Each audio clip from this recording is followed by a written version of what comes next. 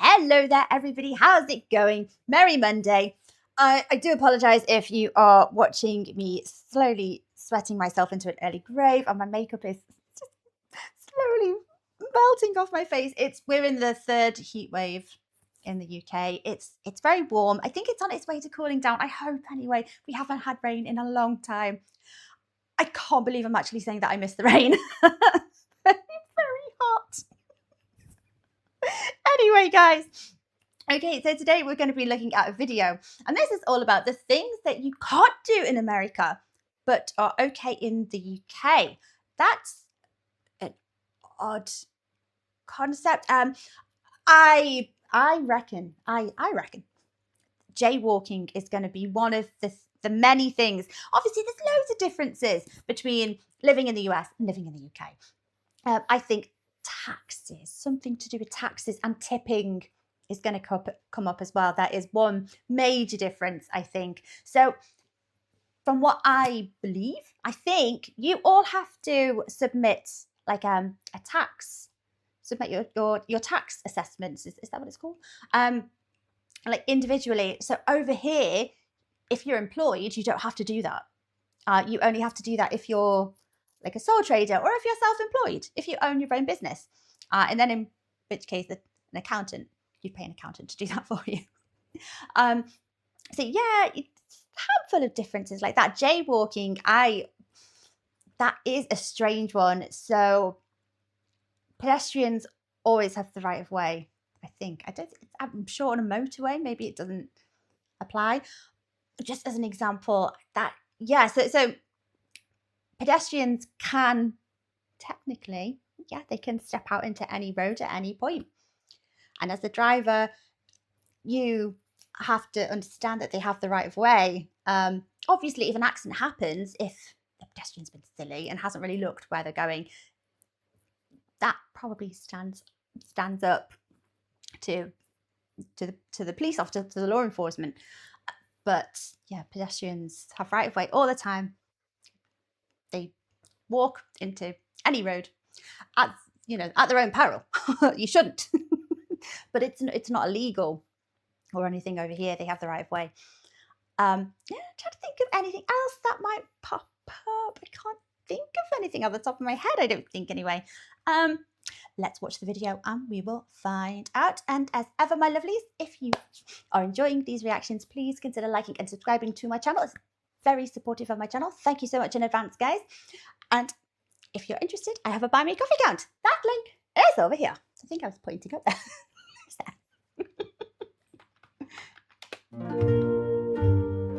Hello everyone! We're having to do this video from inside today because there's something going on outside. It's smoky, it's just miserable. So, the nights are fair drawing in. It's getting dark out there. So in today's video, we are going to be talking about the things that you can do in the UK which are a big no-go in the US. Okay. Yes, and for those of you who are new here, my name is Zach, this is Annie. About a year and a half ago, we moved our family from California to Scotland, and many of the things that we are going to discuss today, we have personal experience with. Yes. That's interesting. Normally Brits relocate and it's the other way around. What I'm sure they'll tell us. What is it that brought them to Scotland? Not that you need a reason, because Scotland is absolutely beautiful. But just interested. It normally tends to be the other way around. We go out seeking opportunity and sun. Good weather. So let's get started by talking about some money and taxes. So, have you ever wanted to play the lottery? This is not one we have personal experience of. No, we have played the lottery. We just have never been lucky enough to win. Same. So in the UK, if you are a resident here and you're playing, you keep your full lottery winnings. Yes. This is mind-boggling to me as an American. Yeah, it was mind-boggling to me when I went over there and you see the numbers, like one of the jackpots got close to like $1 billion or something crazy. Yeah, the Euro Millions is like the biggest amount of money. But obviously then that's played amongst Europe. That seems really unfair. So in the US, for our viewers from the US, guys, help me out here.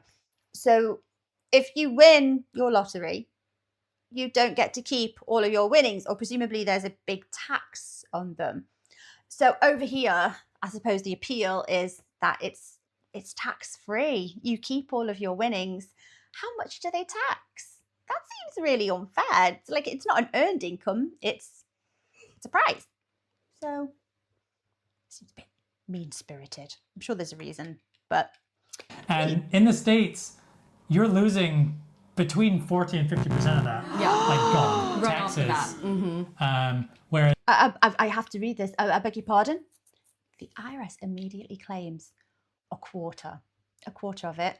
Okay, so if I'm not, I'm not going to embarrass myself and do the maths. Let's think of a nice round figure: 100, a million. I say a million. You win a million. A million doesn't get you as far these days, does it? Say, okay, if you win a cool 10 million, immediately 2.5. Did I say 10 million? 2.5 million is taken by the IRS.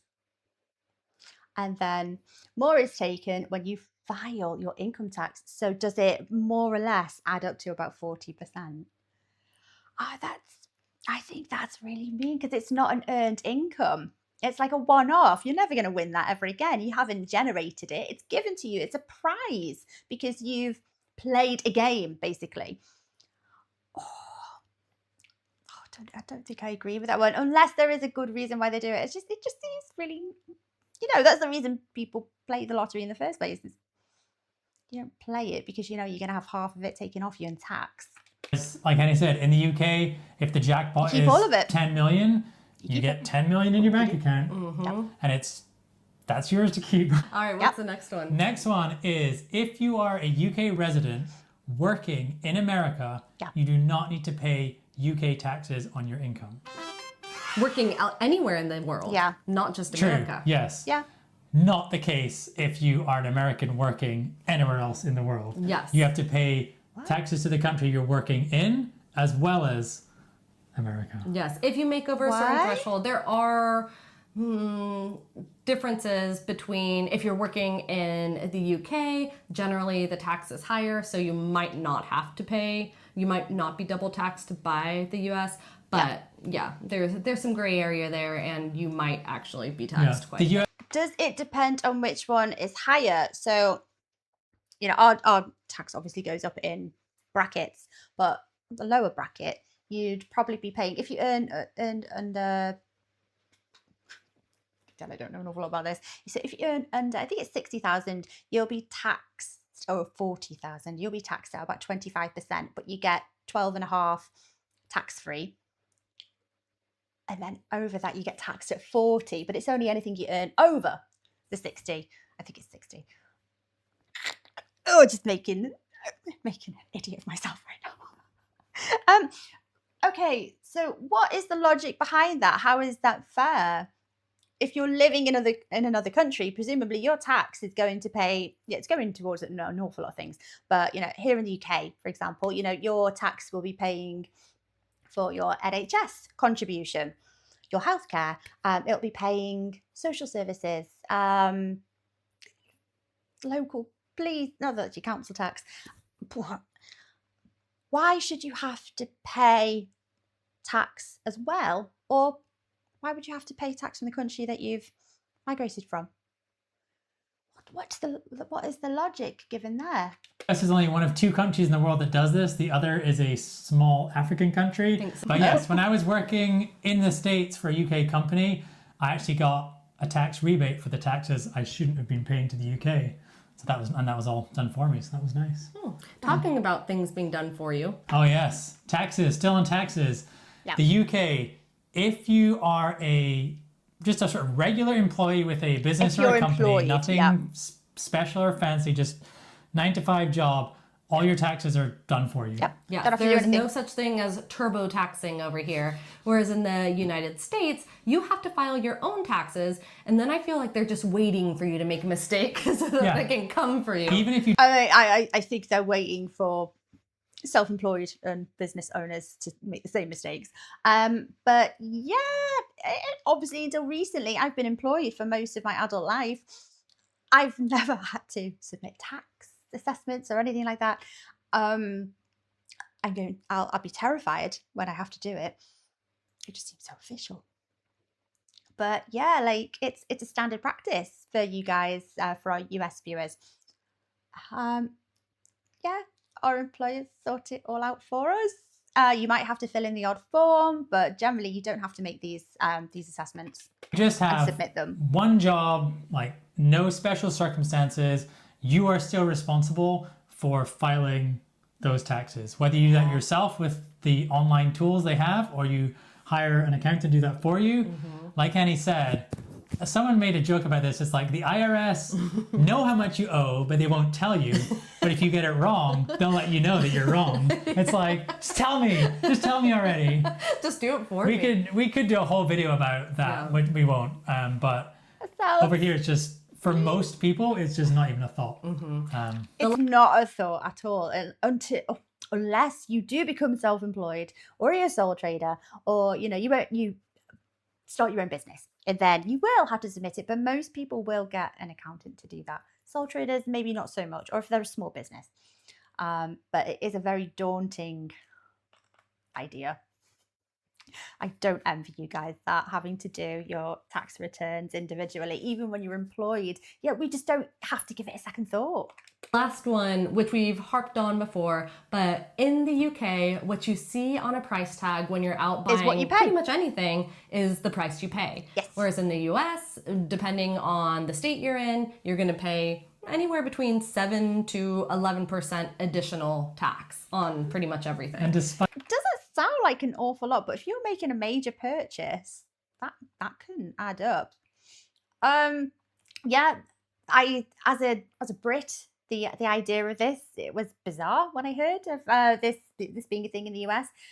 I don't know whether it's just a practice here in the UK, but I don't know whether it's like a trade law or something. But yes, it is always included in the price tag, with the exception of wholesalers. So if you go to wholesalers, they will add the tax for businesses. Generally they're operating for business owners, and they'll add the tax at the till, at checkout. But everywhere else, no, it has to go. It factors into the price of the product. Annie's claim to be a genius at mental maths, it's not the same. It just, I don't know how a little kid doesn't like, I have £5, what can I buy? Anything that's $3.47 or below, you little boy. No fun. But let's move on from taxes Just doesn't to seem necessary. driving. Oh. It kind of feels like the final price is being kept from you ominously. Well, it's not if you know what the tax rate is and But why wouldn't they be transparent about it? I don't get it. It seems like a nothing thing to just do to make life so much easier for everyone. Okay, talking about driving, this first one is something that Driving, got me told off by obviously, on the Annie. other side. In the UK, you can park on either side of the street facing either direction. You can, but getting back out is going to pose a little bit of a problem if you're in a very built up, busy area. But yeah, you're not going to get a telling off for parking. But generally speaking, like the allocated parking, like if you've got parking spaces on the road, it would be in the direction that you're driving in. So over here, they'd be on the left. I think that's right. Yeah, you can. Whereas in the US, you can only park on the side of the street facing with the flow of traffic.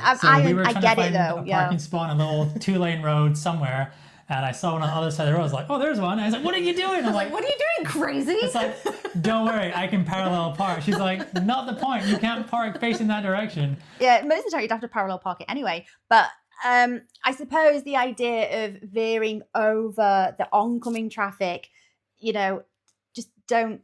If you avoid doing that, it's probably safer. I kind of agree. I'm a bit of a Hank Hill with things like this, though. I'm a stickler for the rules. But I understand this being a thing, and I kind of agree. I agree with you guys in the US. You should really park on the side that you're driving in, and because it just poses more problems getting back out. And right enough, all the other cars were facing that way, and I mean, I guess it makes sense safety-wise. It does make but sense. Even in the UK driving test, you're required to cross over the traffic, stop on the other side of the road facing traffic, and Yeah, I'm not looking forward to that. Another one with driving that one. is that you can drive for almost the whole day and never see a policeman patrolling in his cop car on the highways. That is just something that's totally different from the US.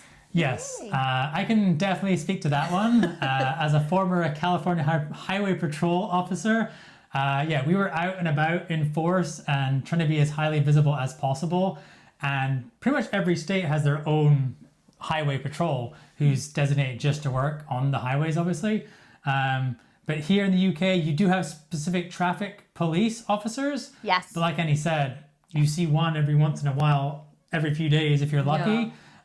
They rely a lot more on traffic cameras. Yeah, on the stationary cameras. It's not all always the case though. You know, we do have the police cars tucked over in lay-by lanes and with their little clocker speed gun. Yeah, and it's not an unusual sight. You probably see the same one in any given kind of location, probably about once a month. So it's a regular practice that they have. I think our lack of a police presence in general areas, there are some areas where the crime rate is higher, where you will see them, maybe, or slightly more often anyway. But I think that's probably a funding issue. I'm sure a lot of Brits would tell you that they would like to see a better police presence, especially in more built-up areas in the bigger towns. It's just budget and funding and politics. Yes. To get speeders, and other than that, they're just nowhere Whereas- to be found. Whereas we would gang up and work as a team to get speeders and chase after them, and Like raptors. it was fun for us. All in the name of safety. What's the raptors? All right, this last one is one that Annie has taken full advantage of, Okay. and that is that passengers in the UK can consume alcoholic beverages. Yeah, you can. Can you not in the US? She's been delaying getting her driver licenses so long. Why? I want to be drinking in the car. No, that's just not allowed in the US. Bit You of a day cannot drink. have an open container of alcohol in the car if at Right. all, or just once No, it's yeah, driving. it cannot be within the driver's reach. It can be like in the boot or the trunk. But yeah, essentially, if there's Opened. any open container in the car, that is a violation in the US. So obviously, if you're going home from the supermarket and you've picked up a cheeky bottle of whatever is your tipple, and that's in the car with your shopping, your groceries, that's nothing. You're not going to get in trouble for that. But if any of your passengers have been drinking, that's a no-no. I mean, I don't think that's a terrible idea. But that's correct. Yeah, in the UK, any of your passengers can be drinking. They can be as sloshed as they like. But as long as the driver is stone cold sober, it's absolutely fine. I mean, it might raise an eyebrow. It'll definitely get you, a breathalyzer. But yeah, it's not legal. And One he that I will have, get you. One that I have written, yeah. But yeah, not one that Annie has partaken in. There's not really a huge need, but No. just a very What interesting one circumstance? nonetheless. It is. All Outside of a Since we're on the party. topic of violations and laws, let's talk a little about the laws. The first one is regarding jaywalking. This is something I knew of in the States, but didn't really know anything about it. And it was essentially brought in, not initially for safety, but in order to facilitate the dominance of the emerging Automobile industry. that's the one I was looking for in the States. And yeah, so basically in the States, you have to walk or cross the road at designated crossing points. Yeah. You can't just cross wherever you please. Whereas in the UK, you can, as long as you do it safely. Yes. And the term jaywalking, Annie, Yes, it comes from the term jay, meaning sort of like country bumpkin, unsophisticated. it was brought into show that you didn't know the rules of the sophisticated Yeah. city. Like you're from the country. Ah. It was a Oh. poke to show that they were ignorant. Yeah. So you didn't want to be associated with being a Jay or a jaywalker. And they ran this entire campaign, which we can put some of the visuals up on screen now, where it's just making you look like a fool. Like anyone who's a jaywalker is an absolute fool. And then they did it around safety, playing it off as, oh, this is for safety. But I mean, who doesn't know how to cross a road, Yeah, really? You say that, you'd be very surprised. I'm in two minds. I'm a driver more frequently than I'm a pedestrian, so maybe I'm a little bit biased. There is a great annoyance to people just walking into a road and not doing it safely. I do think that the more built up, the bigger cities, it's a lot more common for people to just cross the roads because it's a big city. Not so, I mean, yeah, people cross roads in more suburban places, but you do it sensibly, Why would you just walk out into oncoming traffic? It's a death sentence. Don't do that. But it can, yeah, it can cause, obviously it causes accidents. Would I like that to take place in the UK for jaywalking to be a thing? Yes, but I think practically, I don't think it'd catch on. Not in the big cities. People are just so used to just being able to cross wherever they like. Yeah, weird, isn't it? That wasn't actually the initial intent, which is Yeah. very interesting, I thought. So I did thank you. too. What's Yes. next? The next one is becoming prime minister over here is easier than becoming the president in the United yes. States for one specific Prime reason. Minister. Do you remember what that is? Yes. Introducing Prime Minister Annie. No, yeah, in the US, you have to be a born US citizen. Okay. If you remember back to when Obama was becoming president, there was a whole controversy around that. But in the UK, you just have to Why? be a citizen, not Yes. a naturally born citizen. So Yeah. as soon as Annie gets that citizenship, I'm that's going for it. to the top. Can't wait. The next one, this is one we Ooh. So I know our politics does differ. So I suppose pretty much anyone can become prime minister over here in the UK, regardless of what their background is. So our current prime minister, Keir Starmer, has a background in law. I think is he an ex-barrister or?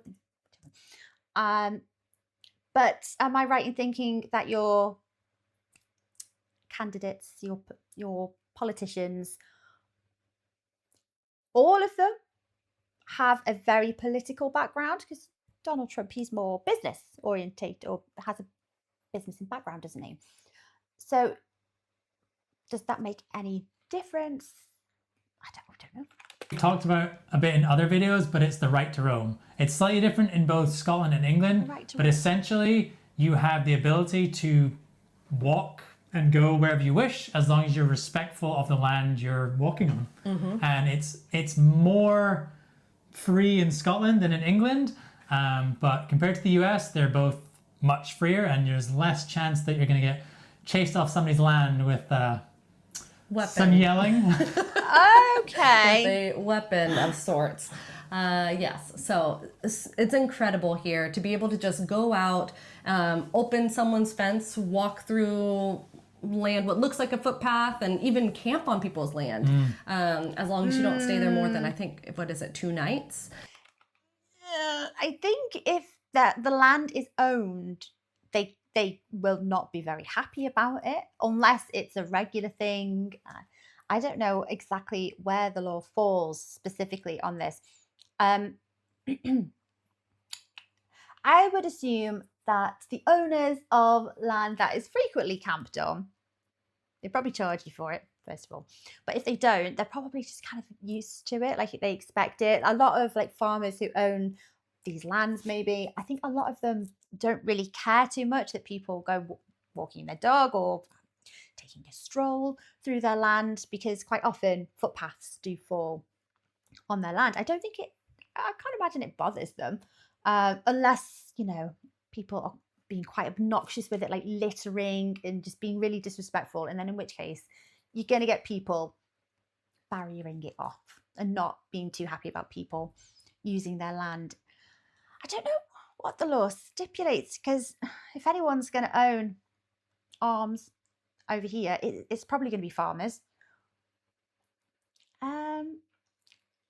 Maybe it's less of a dangerous kind of thing than it is in the US, possibly. I mean, if I'm going out on a walk with Bento and there's a wooden gate in the way of the path that I'm on, I won't think twice about hopping over the gate or just opening it up, even if there's a padlock on it. Nothing in my head screams, oh my gosh, this is someone's property. I'm absolutely not allowed in there. And I might be chased down with a farmer with a shotgun. That doesn't happen. And in fact, a lot of people would probably be walking right behind me doing the same thing. So I think maybe they're just a bit more lenient about it. I don't know. But no, it's not something you worry about too much here. If they were that bothered about trespassers, there's normally a sign. But then again, if it is on a footpath and a common place for people to go walking or walking their dogs, or it's near like a beauty spot, I think they're going to be aware people are going to be using it to cross backwards and forwards. Yeah, I've not heard of any and leave issues the like land this. as you found it. That's key in all of this, but just so different. You cannot do that in the Oh my States. gosh. Do not try to do this in Oh, the They would, States. they would Okay. just assume you're an intruder, and they would either confront you or call the police. Yes. Like if you were just walking on someone's And you would get acreage. arrested in the States. Yeah, for likely. trespassing. Yeah. Oh, so you wouldn't get So arrested Another here? one No. in the law section. I think they would just give you a bit of a slap on the wrist and say, like, this is actually private property. There is a sign over there. So do yourself a favour. Don't do that again. You know, it's naughty. Don't do it again. You wouldn't get arrested. No. Is that in the UK, you only have to be 18 to drink out in the open, out in public. And Legally. legally. And you can drink in But no, public. and behind closed doors, the age is much younger. Okay. Yes, it's 18. What's funny is in the UK, I think you can drink as early as 5 behind closed doors, like in a home. A glass of wine. But no one can technically buy alcohol for a child. So they just have So to it's find like, it by themselves. I may have left it over there, but It's like quite a few British laws. Yeah, they're kind of convoluted and yeah, they don't really make much sense. Yeah, like I suppose we're slightly more towards our European attitudes towards drinking, in that children can have a small amount of alcohol with a meal. I didn't know it was as young as 5, but I'm just thinking, why would you give a 5-year-old a small glass of wine? They're not going to enjoy it anyway. But you cannot purchase alcohol to supply to a minor. But then again, I suppose your justification for purchasing a bottle of wine is for yourself or your household. So you're not strictly only purchasing it to then supply to 5-year-old Timmy. It's a weird one. So they're only allowed a small amount, and it has to be with a meal outside of. Yeah, I mean, I'm not agreeing with it or saying it's okay. That's just what it is. I'm not telling But you. I'm not a drinker. Yeah, it's funny how they have those little loopholes. Right, And then yeah. in the US, you have to be 21. There's no There's no grey drinking area. behind closed doors legally at any Yeah. age before 21. Yeah, No this is a buying funny his one son a beer because when he turns 18. it becomes, in the US, it becomes this like huge thing because you're passing that sort of college age, and it just becomes this big thing you're aiming for. Whereas feel in the UK, because it's so much younger, I don't know, it's just not built up to be such a thing. But yeah, Oh, yeah, it is. Once you hit 18, you're either a college student or you're a sixth former, which is virtually the same thing, or I don't know, even if you're in employment. Once you turn 18, a bit of a song and dance is made out of it. That's it. I think the intention is to make you so sick of going out and getting tipsy, getting drunk, is that you get to a point where it stops being a novelty and you just think the hangovers aren't worth it. You know what? I've had my fill. I'm okay. we could do a whole video on that as well. But But again, I think I'm so not a many people have drinker. done that and gone into just how insane it is that someone can fight in a war and Fight in the can, war, get yeah. married, but can't have a drink at their wedding. yes, just completely insane to me. Next is up kinda is crazy. holidays. So in the US, and I don't know if this is like a state by state thing. I don't know if there's any varying on the age in which you can drink. Let me know if you know in the comments, guys. So you can technically get married, but not be able to have a drink at your wedding. It's kind of crazy, isn't it? In the UK, you are entitled to 28 days of paid holiday, You are. whereas in the US, you're not. Oh, and bank There's holidays on top of absolutely it. no legal requirement in the US, which again, I'm sure many people have spoken about and there'll be lots of comments about. But yeah, in the UK, the sort of whole work-life balance, holiday time is just more of part of your package, really. Yep. And this also plays into the maternity, paternity leaves. You are legally allowed to take up to a full year off as a mother, and you can split that with your husband as Yes. well, or your partner. That's only been a recent thing, fairly recent. So yeah, you're entitled to take up to a year off, and you can split that. You can take a little bit before you have the baby. Paternity leave, it's got much better, but traditionally it's only really been 2 weeks for the father. But now they can take a share of the maternity, and yeah, it's much more equalized, fairer. So you can share that time between the two of you. It's not paid the whole time at the full rate, but it is subsidized compared to in the US, they only have to hold your job for 12 weeks, which is crazy. And they don't have to pay you that whole time either. And this all depends on if your job even falls under the FMLA Why legislation. So whether or not you're a full-time employee, that all plays into it too. So yeah, if you're just part-time working at a small company, probably don't get anything. Next up, Oh gosh, just before they move on, that's pretty unfair. So how much on average would you say, for our viewers from the US, how much holiday would you say you normally take in a year if you're not given a set amount, a legal set amount of paid holiday? Or do you have to take it unpaid? Do you have to request it? Or is it when you apply for a job, they're quite specific about what the expectation is, like what you'll be given? Or do I sound just really British brained? Every job in the UK, it's a legal requirement. You are given a minimum, and I say minimum because there are plenty of jobs that give you way more than this, a minimum of 20 days paid leave.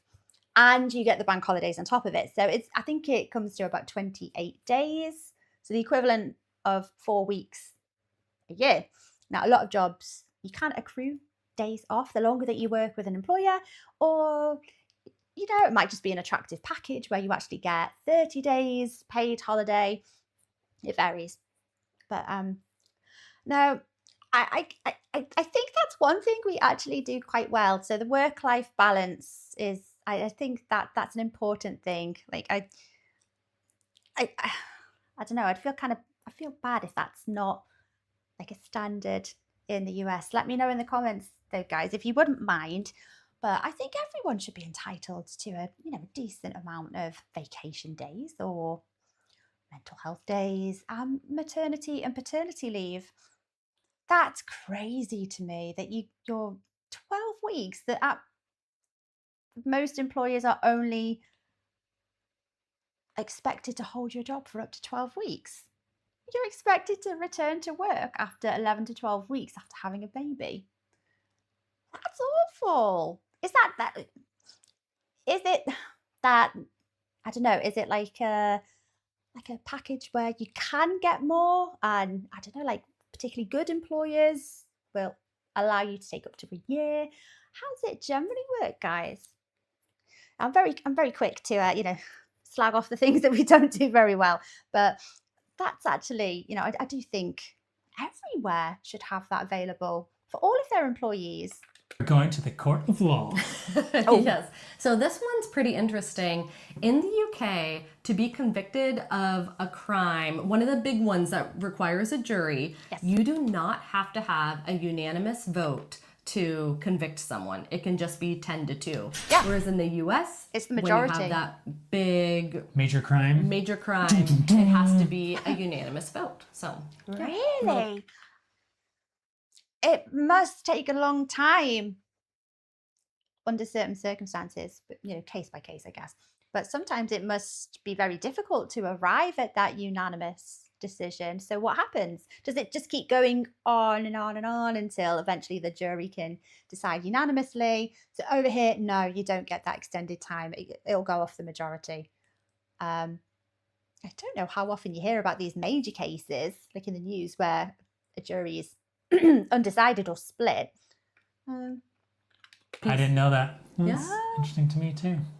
So make sure you pick your jury well, I guess. All right, big You want the topic jury to be time, your friend. healthcare. Oh my goodness, I can already see the comments. In the UK, healthcare is effectively Free.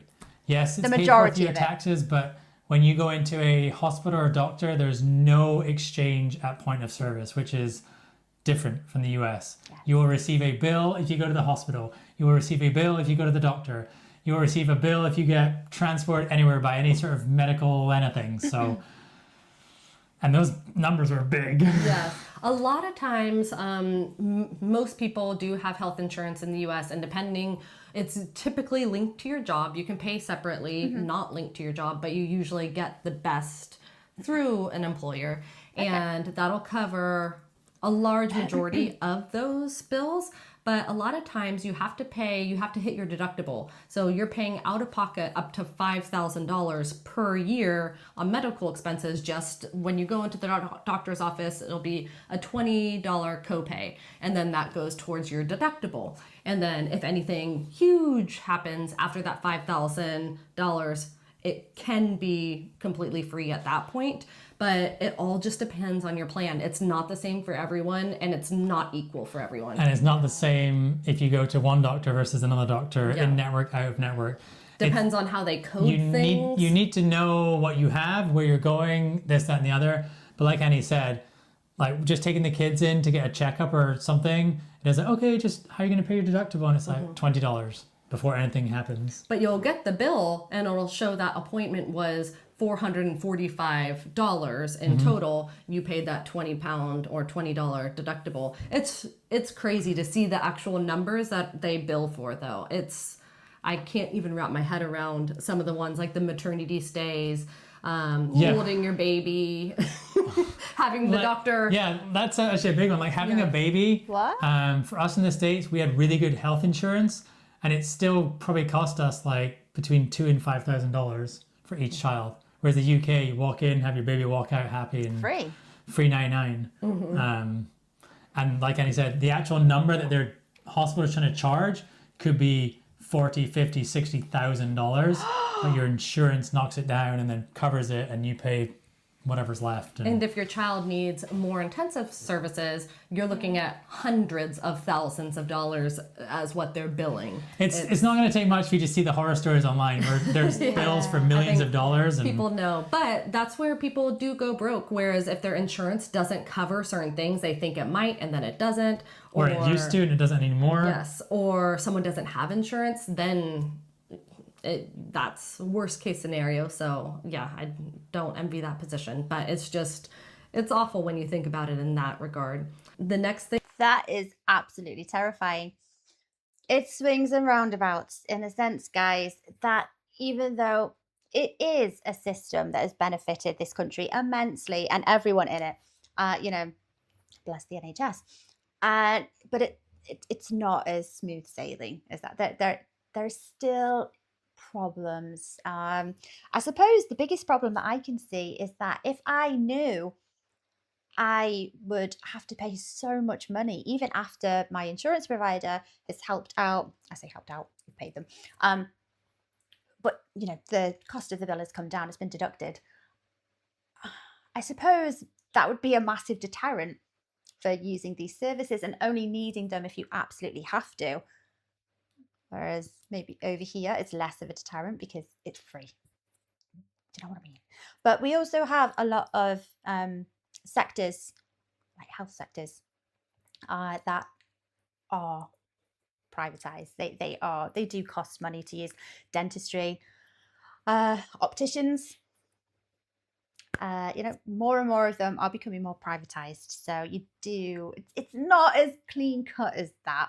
And of course, you play the postcode lottery over here. So what you're able to get in terms of treatment for whatever ailment that you have, it might be so different from one part of the country to another one. And then it's not fair because you can't claim it because you live somewhere else. And, you might have a very well paid job and your contribution, your NHS contribution, which is the tax, you pay an awful lot in. And then you need a doctor's appointment and you can't get a GP appointment for like 2 weeks. Or you've got to use this horrible rat race where everyone has to ring up their GP, their doctor's surgery at 8:30 in the morning, and you're in a queue of 50 people. That's probably a good scenario. And then by the time you get through to one of the receptionists, all the appointments gone. It has its own set of problems, but in comparison to going into debt because you've needed like treatment for your heart or a surgery, that's terrifying. That's really, really quite frightening. Thing is, you don't have to There's a worry balance about somewhere, calling an isn't there? ambulance in the UK. That once again is free technically, but in the US, I had an ambulance call for me. We've both had an ambulance ride, and they were both very short. Thankfully, we were okay. Yeah. But both of ours were probably less than 2 miles. Yes. $5,000 each, just straight up. Didn't even get that much treatment on board the ambulance or anything. Yeah. And seeing this firsthand from the Highway Patrol, the people that turn up for the medical care in the US are typically the fire department. And they basically want their stats of how many people they've transported and treated. So they'll talk to someone who's involved, like my experience, involved in a car accident. Like, oh, ma'am, you should really get your neck checked out. Like, the airbag was deployed, this, that, and the other. Yeah. And they're like, oh, yeah, you're right. And I'm there, like, knowing that that person's going to get a bill for, like, $5,000 just to go down the road. And, it's all... I mean, the guys are doing their job and they're trying to help. They are trying to help the people. They've got Trying nothing... to make them safe. Yeah. They've got nothing to do with the actual billing side of things. But when you've seen the process all the way through... it's kind of sickening actually. Whereas here, you can phone an ambulance and not worry financially at least.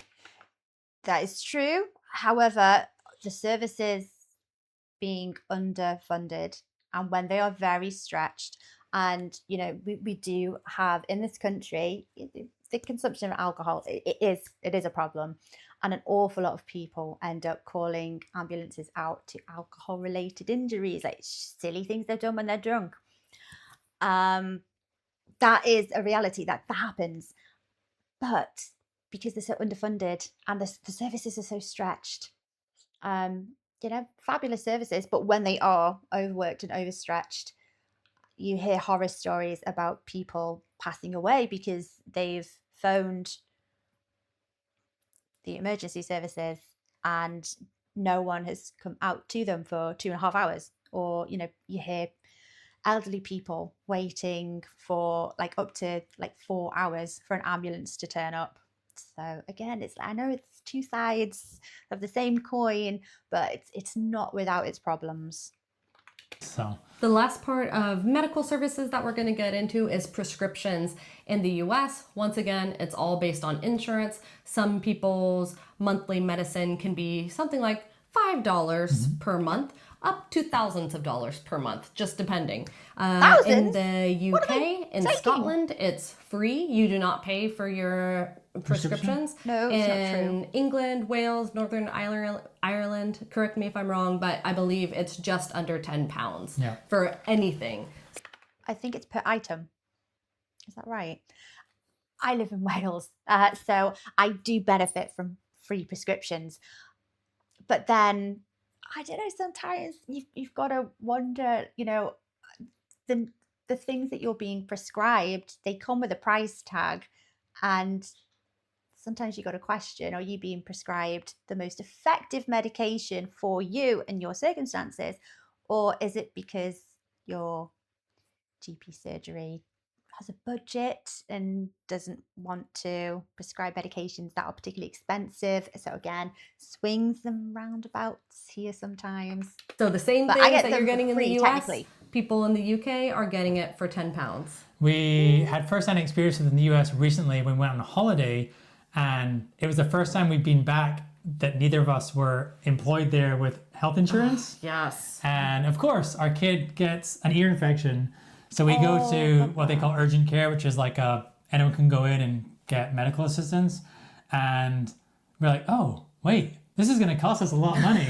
And it We're was like, all right, how bad are you actually feeling? And he actually spent some time phoning around just to see, are we talking hundreds, thousands? Like, thankfully, in the grand scheme of things, it wasn't that bad. It was like $250, something like that. But still, $250 for a 15-minute appointment to tell us that he has an ear infection. I understand. Yeah, the difference is so vast, isn't it, guys? There's got to be some kind of happy medium, a middle ground where, it suits everybody. Political. The issue over here in an awful lot of hospitals, so our urgent care, A&E, accident and emergency, again, very, very overly stretched services, particularly at certain times of the year. Flu season tends to be a horribly busy season for obvious reasons. But in our case, if little Timmy has an ear infection, you're weighing up, are we absolutely sure this is an ear infection that needs A&E, emergency care?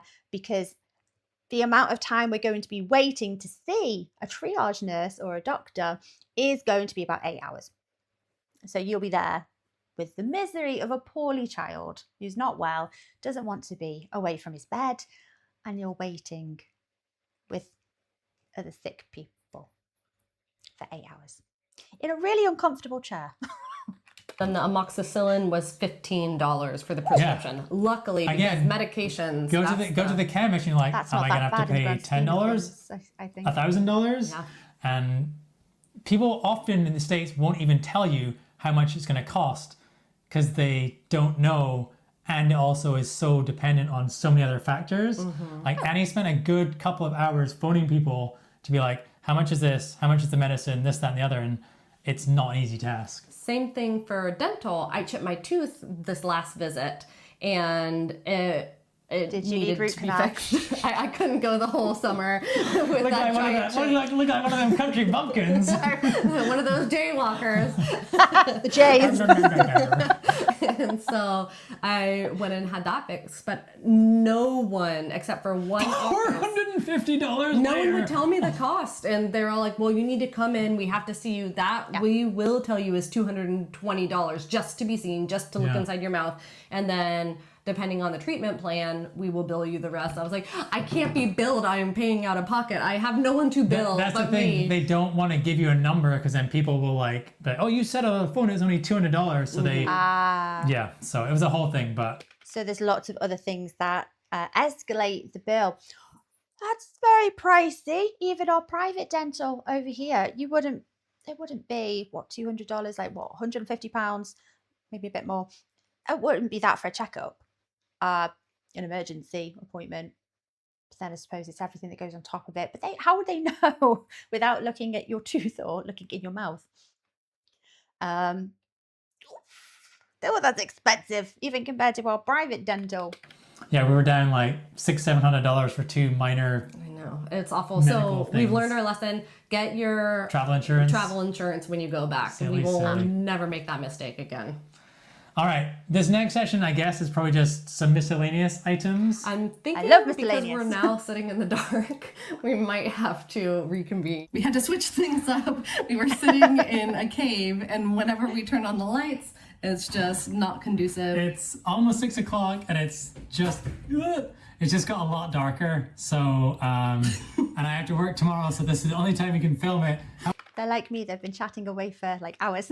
Whatever. Gotta be quicker I'm than gonna that. read through the last few items we had, and feel free to discuss them in the comments. Okay, so you can have dogs in pubs, restaurants, a lot more places in the UK than in the You can. I would say the leniency on that has become much better over definitely the last 5 years in particular. But pubs have always generally been quite tolerant of dogs, quite dog friendly actually. In fact, amongst the dog walker community, I remember years ago, they always know the pubs to go and take the dogs to because they give them water, and everyone takes their dog there. But that's become much more of a widespread tolerance. It's not even tolerance. I think we just love dogs. We see them in supermarkets and all sorts now. I've never seen any accidents, to be fair. No little piddle puddles or anything like that. US. Yes. Dogs can be off leash a lot more in the UK than in the US. Don't where think we else? should though. You can buy alcohol without an ID. Even if you're like 75 years old, you can still get ID'd in the US. Annie has personal experience with this at a 30-year reunion. I just want to punch myself in the face. Her boss made her ID all the Everyone was there. It was their People. 20-year high school reunion, and I'm like, don't make me ID them, please. They're like, we have to ID everyone. And people cussed at me.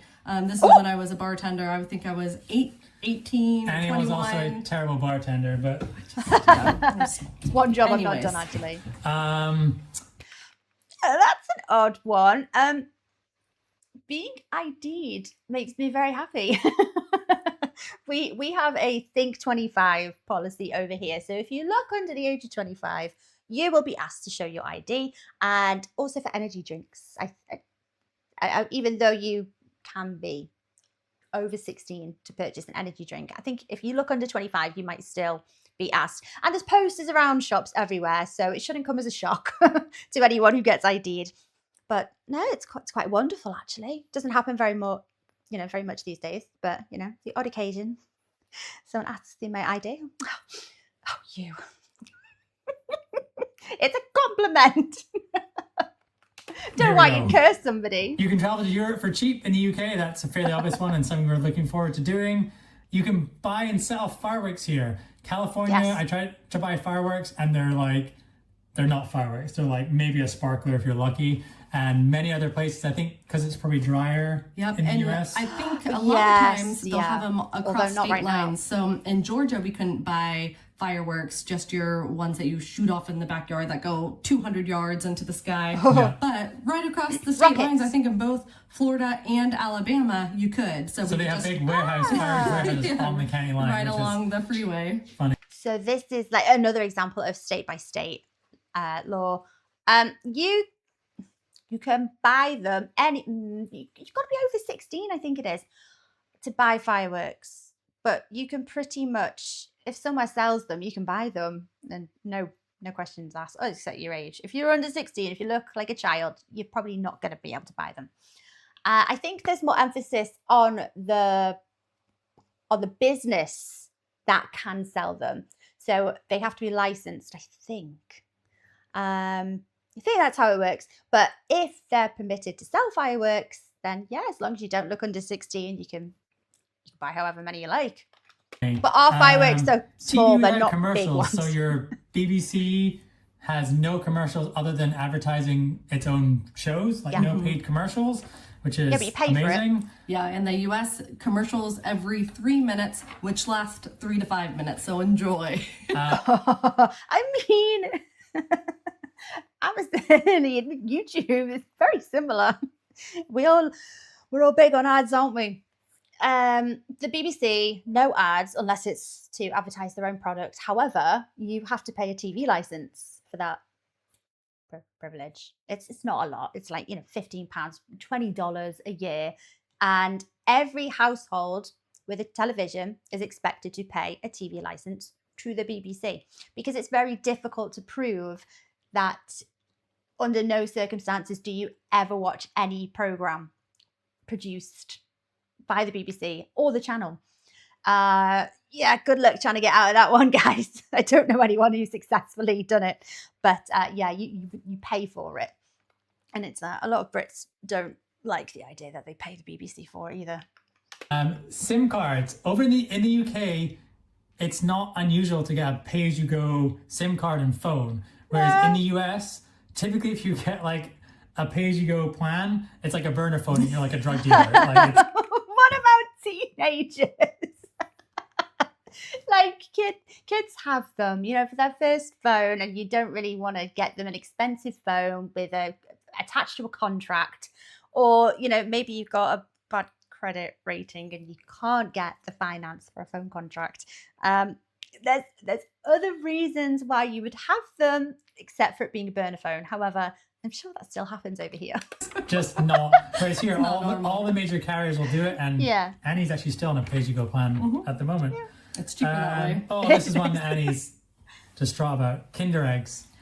Yes, it's illegal to have the surprise Kinder eggs, the traditional ones, in the US. Now they sell, what are they called? The Kinder Joys. They're- I beg your pardon? Why? They haven't had children eat them, have they? Like all in one. I mean, they're not little. What? Oh, I used to love Kinder eggs. Yeah, they still have them here, but we do also have the little Joy ones as well. I am partial to Kinder chocolate. It's yummy. And they're an egg shape, but you open the package, and then each half has Yeah. stuff you scoop out. Scoop out. And But They're technically, tasty. toys. the Like- toy What's is a toy? separate Oh, from the toys in food. one half under a seal, and the food is in the other half Oh. because I think somebody choked on it. So that's what's illegal, is to have food, Non-food a items. non-food item Yeah. within a food item. So Oh, then I there are understand. toys in your Okay. Frosties and all that sort of stuff but you as can well. get them in the UK, so that's Just don't a joke. pleasant surprise. I mean, maybe, but we don't have the toys in the cereal, and we haven't had that for quite a long time now, which as a British child, I was always very, very upset by. You know, watching American TV, you see all the cool little prizes from the awesome looking cereal, and then you've got our Rice Krispies with nothing. It's disappointing. Surprise. In the US, you can't visit buildings that are older than the 17th century. That's right. Self-explanatory. I mean, Where you are can. we? Last one, I think, yes. In the UK, you can walk through ancient ruins freely, like we did in our last video. Yes, you can. I don't know Yep. if you saw that because not many people watched that video, but yeah, It happens. many are public heritage sites in the US, and most comparable historic sites are either fenced off, ticketed, or charged, and just And not the same. there are a lot here that you pay, like the National Trust or Historic Scotland, Historic England. and a small fee to be able to go and look at these sites. But there's tons of sites just out in the middle of nowhere that you can drive to and go at your own risk. Yes, we literally have them around the corner from my house. No exaggeration, literally around the corner. Yes, a lot more of the popular places will be owned by the National Trust, in which case there is a small fee, you know, to get in. And I don't think anyone really begrudges paying it because it's for the maintenance of the sites most of the time. So most people are quite happy to pay, and it's not a lot. And enjoy. But So hopefully we made it before the sun fully set our video. I think that's all for this week. It is. Thank you for watching. If you like the video, please subscribe. What else are we talking about? And if you are interested in moving to the UK, please look at our relocation services. We just started that up and we'd be happy to help you. Yep, check out the website for all the details on that. And thank you once again. Bye-bye. Bye, everyone. Very interesting. Do you know, it was a bit misleading with the thumbnail here. I thought they were going to say something very specific to sheep. No. Although there used to be a statistic that people who lived in Wales, this was years ago, I don't think it applies anymore, that there used to statistically be more sheep, and the sheep outnumbered people in Wales, something like 5-1, something ridiculous like that. Probably not the case these days, but that was always a funny little fun fact. I probably got it wrong. It was probably more. Very, very interesting. I wonder how easy it is in comparison to a Brit relocating to America. Like, which one do you think would be easier to arrange? Like, is there a bit more red tape around one or the other? I don't think it's difficult to relocate to the UK, but then again, I have no experience of it, so interesting idea though. I wonder which one's easier. I wouldn't mind the idea of relocating to the US. Don't know which state I'd pick though. Spoilt for choice. See, in the UK, you've only got like what, 4 different countries? 5, technically. Yeah, all lovely as well. All beautiful, all lovely. Yeah. Guys, I hope you enjoyed watching along with me. I have turned a 25-minute video into an hour because, you know me. Guys, enjoy yourselves. Take care, and I will see you next time. I keep stuttering my words. Bye-bye.